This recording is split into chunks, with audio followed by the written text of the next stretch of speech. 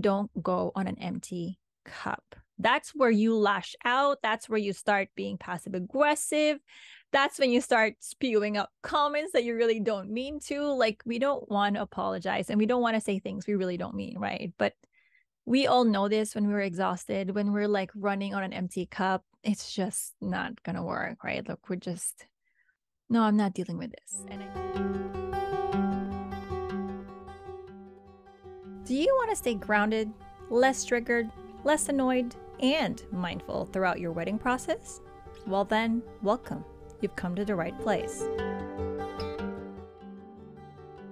Hi lovelies, welcome back to our channel, and I'm super excited to introduce to you a brand new series, The Little Book of Mindful Wedding Planning, Ebook Walkthrough.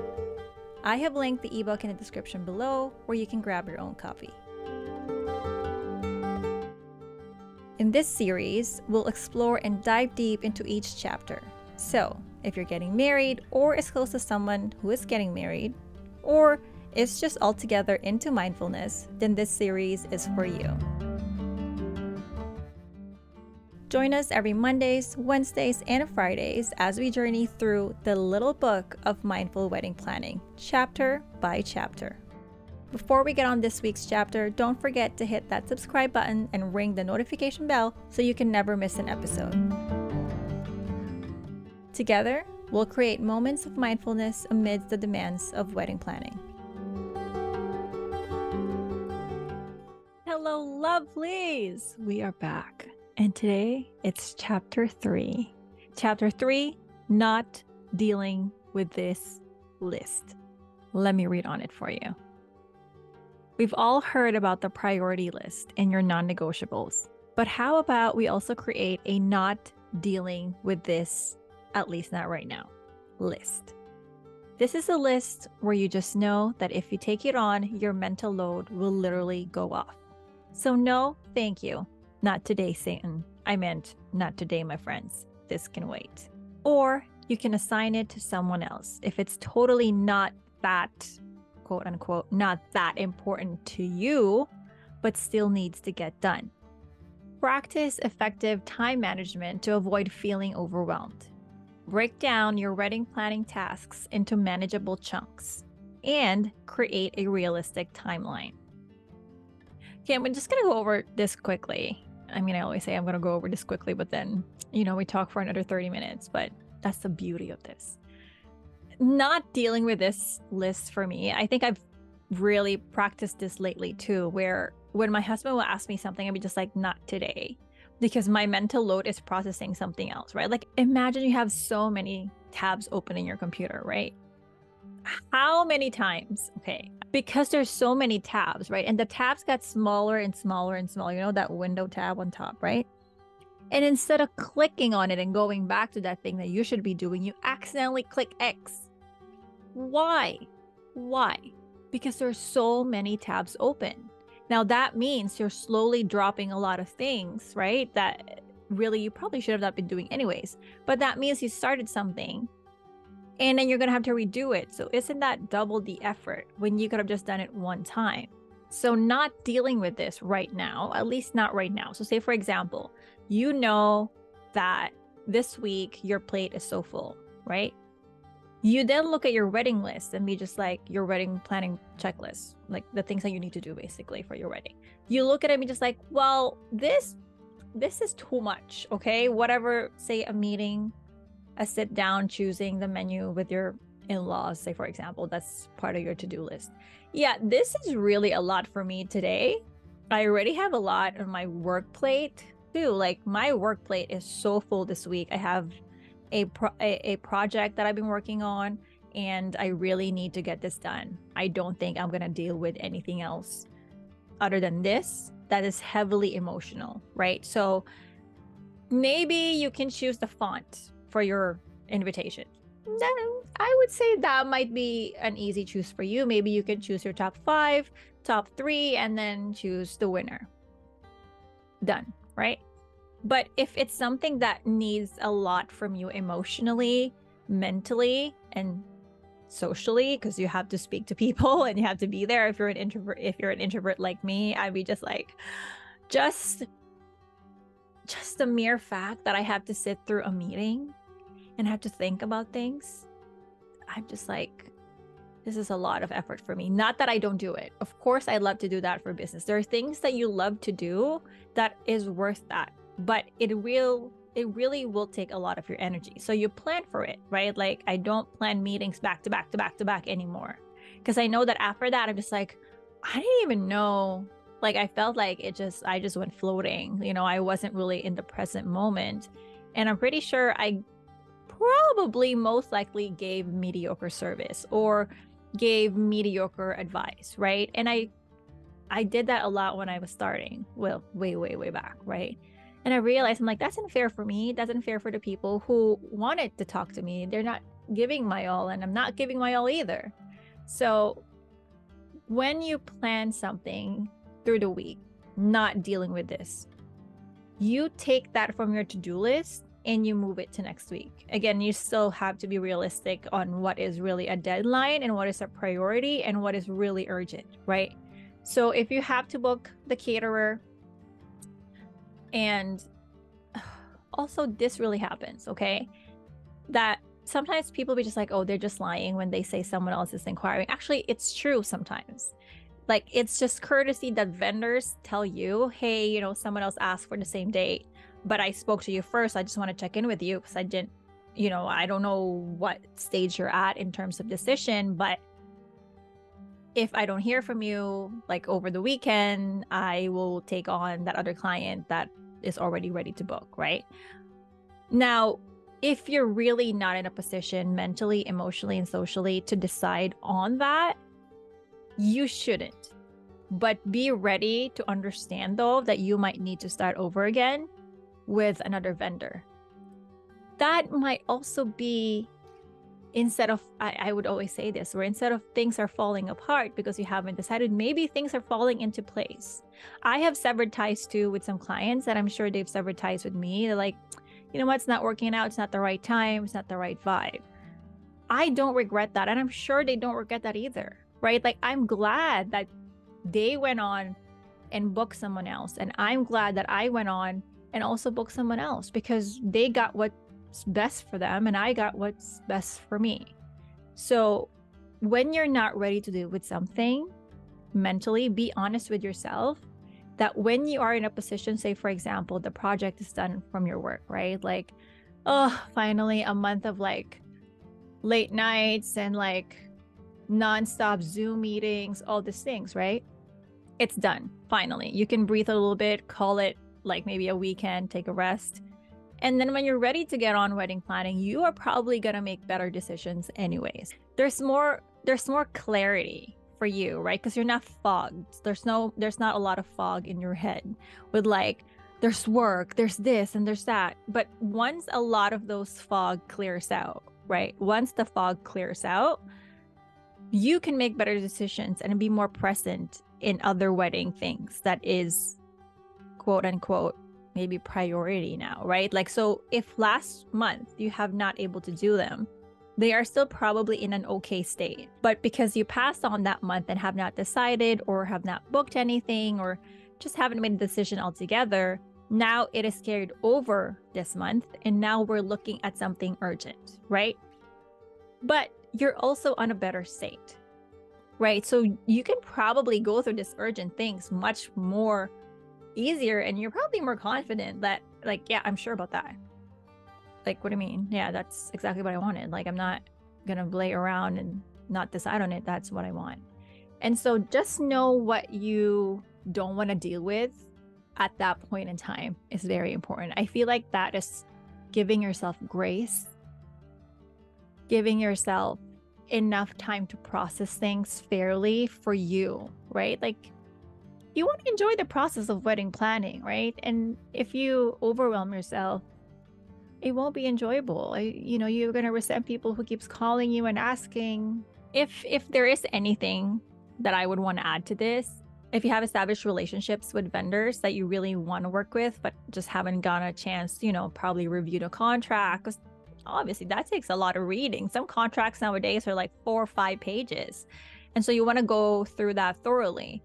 So that will take time. And if you don't have the mental capacity at that time, be honest and communicate that with the vendor, or perhaps your mother-in-law have sent you the menu that you want to choose, or the tasting, whatever that is. Communicate with them and say, I really wanted to do this with you. I really want to go over this with you. Just right now, this is not the time for me, but I do have whatever date, insert date here, maybe in the next 2 weeks, once my work project is done, I would like to reconnect with you. And I know if you're speaking to a vendor, let them know.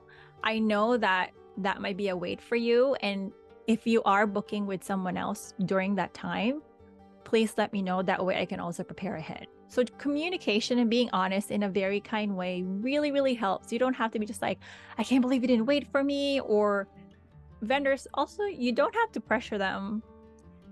Although I understand why, right? Like if your wedding is in 6 months and you have an extensive menu that you want to serve, they might want to ask for your input ASAP, because they want to make sure that they have the ingredients, they have all these things prepped, they have the right people. So note that maybe sometimes when a vendor asks you a lot, it's not that they are pressuring you to book, but sometimes they're actually in a position to make sure that when you book, everything is seamless, right? Like with decor, you might have specialty flowers, right, that you wanted to have in your bouquet or whatever the case may be. They might be need to flown in, and that takes time. That's not a 4 or 5 month thing. We have to check availability, who's the grower at that time, can it be shipped, what's the minimum volume, right? Like, so just all these things is something that can be managed through communication in a kind way. I'm gonna read on. Prioritize and delegate tasks as needed, allowing yourself space for rest, relaxation, and quality time with your partner. When you are done with the most important things, then you can tackle this list. Or schedule them when you know your mental load is not overwhelming anymore. As you've already done the heavyweight stuff, you can now chill and have a look at this list when extra time comes up. Manage your energy. If you feel something is draining you so much, fill your cup first by doing something that energizes you. So when you get to these energy sucker tasks, you have enough energy to deal with them. I somehow touched on this lightly earlier about when you're an introvert, going out. I think the difference between, I'm trying to remember where I read this from, but the difference between an introvert and an extrovert is that an extrovert, when they go out and be around people, their cup is filled. They're just like, yes, like my soul is so happy right now, right? With introverted people, I would say I'm a happy medium, but like I'm really more introverted, or I would be just like to be by myself. When you're introverted, you go out, the energy is sucked out of you, right? Like you're just like, oh, you're so exhausted when you come home. And it's extrovert and introvert are both exhausted physically most of the time when they get home, but their soul is at a different level. Like my soul probably needs a lot of like filling up as an introvert after I go to anything that is crowded or that needs a lot of talking or that needs a lot of people. Same thing with extroverts. With extroverts, when they go out and they speak to people and, they hear all these things that people talk about, they're just like, yes, this is filling me up. Like my soul is energized, right? That's their vibe. If you are an introvert and you're dealing with something like you have to go to meetings with vendors, photographers, planners, whatever the case may be, and you're an introvert, that might need more planning on your end, right? Like obviously, you might not be so comfortable with having 10 people in a meeting room, I don't know, with your family, your partner's family, all talking about wedding flowers or wedding venues and stuff like that, right? Like that might not be your cup of tea. Nothing is wrong with that. But when something is important to you, you plan around it, right? And you fill your cup so much. That way, when you go onto these things, the meetings, the decision makings, like all these things, when you go into that, you don't feel empty. You're not running on an empty cup. What does filling your cup mean? That can be anything for you. To me, maybe I need more rest. Maybe I need to rewatch. I would say because I've watched it many times. Maybe I would need, CSI reruns. Maybe I want to watch Oprah's Super Soul Sunday episodes way back, 10 years ago. Maybe that's what's going to fill my cup, right? Maybe I just want to journal. Maybe I just want to sit in a coffee shop and just not have anybody talk and just like listen to podcasts and stuff like that. It really depends on what you know will fill your cup. But make sure that when you go to these things that you know that will suck the energy out of you, that you don't go on an empty cup. That's where you lash out. That's where you start being passive aggressive. That's when you start spewing out comments that you really don't mean to. Like, we don't want to apologize and we don't want to say things we really don't mean, right? But we all know this when we're exhausted, when we're like running on an empty cup. It's just not going to work, right? Look, no, I'm not dealing with this. And I think that's, if there's anything that you can take away from this chapter, not dealing with this list does not mean you're never going to deal with it. It just means you know exactly the things that will suck your energy dry. And before you go on to deal with them, because of course there are things you can't run away from, right? Like, you're going to have to choose the menu no matter what, right? Like, you're going to have to choose what linen style, color, texture you'd want to go for. That's inevitable. That's going to happen. But know when to make that decision. So you don't make that decision angrily. You don't make that decision and resent people around you. You don't make that decision and regret later. And more importantly, you make that decision when you're in a happy state, right? Like, oh yes, this is so exciting. This is the difference. Just before I end this video, this is the difference. You're so tired and you go, say for example, to choose your linen, right? You're so tired, you're so much work, and now you have to do wedding planning, and your partner is doing their best to help you, but sometimes things are not enough, and that's true.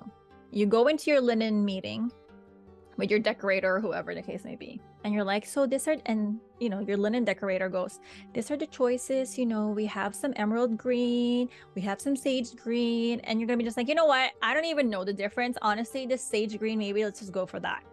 This is your vibe. Okay, if you're tired, that's just it. You just want to get over it, right? Now here's the difference. Okay, when you've booked that moment and you didn't deal with that when your plate is full, you booked that meeting at a better state of mind, right? Like, you booked that meeting after a big project at work. Oh my God, that's sage green. That looks so good. Let me see the other one. That's emerald. Wow, both of them looks really good. Why don't we play around things? You have more creative juices coming, right? Like, they're flowing. You are just so in the moment. You're enjoying the beauty that's in front of you. You're probably asking your partner, hey, which one do you think? I like, it's just a moment, right? Like, you're in a better state of mind making these decisions, talking about it. And honestly, overall, you're just a better person altogether. I mean, all of us go through that. I probably go through that every week. So I have to check myself. I'm like, yeah, I am running on 10%. I would tell my husband, like, I am running on 10% right now. Like, if I don't head out and do something for myself, I will run out and everybody is going to be affected. It's going to Hurricane Maria. It's going to come straight at everybody in this house. So why don't I run out, go do something that will fill my cup and get me back up to at least 50%, because I can probably rest the rest of the night. Right? And this is also creating a system, right? This is not an avoidance thing. You're not procrastinating. You're not avoiding. You're creating a system that is more conducive to a healthy decision-making process. Can you imagine, like, you have to make 30 decisions in a day? I mean, we probably do that. I don't know where I heard it, like at least 100 decisions a day, right? But if I only make 3 decisions that are very meaningful, right? Say wedding planning, for example. They're meaningful decisions. Like, I'd rather do that in a state where I want to enjoy it. I want to remember this. Like, why would I want to breeze through and like speed up my meeting, right? Like, I can speed up my meeting at work because sometimes meetings don't have to be meetings. But with wedding, you want to sit down with your vendor and get to know them. You want to sit down with your photographer a little bit longer and really feel the essence. Remember, this person, the photographer, say for example, This person is supposed to bring out the best in you, and you're supposed to be comfortable with this person at your wedding, right? If you have not spent enough time chatting, getting to know them, then you would not get that connection that you need, which hopefully not. You won't get the photos that you also wanted. So all of this somehow intertwine, right? Again, we are not procrastinating, we're not avoiding, we are practicing mindful scheduling. Be gentle with yourself, give yourself grace, and just, if you don't have to do with something right away, if you don't have to decide on something right away, don't decide on it right away. But be mindful in a sense too, where like, well, what is the deadline? What is the best case scenario deadline where I can look into this further and enjoy the time, but still make it without losing anything, right? Like basically meeting deadlines. Just remember which activities suck up your energy, okay? And which activities fill your cup. You gotta know both, and you gotta practice both, because you can't go to everything. Not everything will fill your cup, and not everything will suck your energy.